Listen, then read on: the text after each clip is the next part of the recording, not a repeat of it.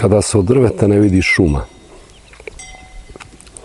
Ceo svet prati stanje Severne Koreje i razmišlja o tome kako će se to jednog dana rešiti.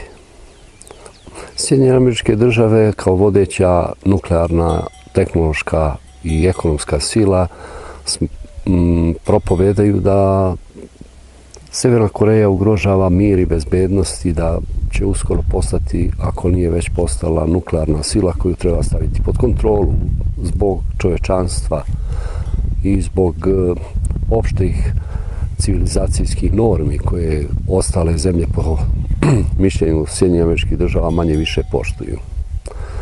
Kako je moguće da, recimo, Severna Koreja, gde ima 20-30 miliona ljudi, potpuno izolovana u nemaštinji i u kompletnoj oskudici, ugrožava bezbednost, a njen severni sused, Republika Kina, koja broji 1,2 milijarde stanovnika i čiji je godišnji prirast stanovništva jednak upravo toj brojnosti populacije Severne Koreje, ne ugrožava, recimo, svetski mir, bezbednost kao nuklearna sila, kao jedna, bar vodeća nacija po broju stanovnika.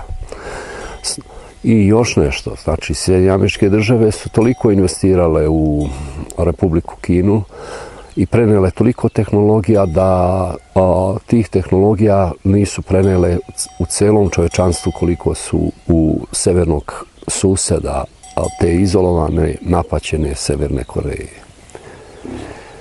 Imam utisak da je to upravo ova slika, da je pred nama ovo malo rastinje koje se čini ogromnim i zaklanja ovu ogromnu planinu koja se nalazi iza. Dakle, Severna Koreja je ovo malo rastinja, a iza se nalazi ova velika planina. I fokus običnog sveta je stavljen na ovo ispred nosa, na ovo malo rastinje, da se ne bi vidjelo ono brdo. A suština je u stvari odmeravanje snaga između Sjedinjenih Američkih Država i zemlje u koju su najviše investirali, Republike Kine. I taj odnos se meri upravo stradanjem Severne Koreje, kojoj su kao Kinezi prijatelji, a neprijatelji su im Amerikanci.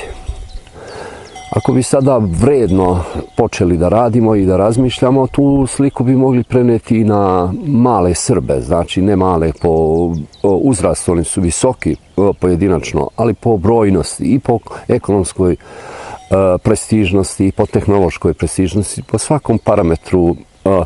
Oni su, eto, vekovima, nisu baš vekovima, ali ceo jedan vek, neko od koga strepi vodeća zapadna civilizacija. I ta vodeća zapadna civilizacija ne propušta ni jedan trenutak ni u jednoj generaciji da bombarduje te male Srbe, da ih napada, da ih isključuje, da ih ograđuje, da ih cepka, da ih uništava i tako dalje.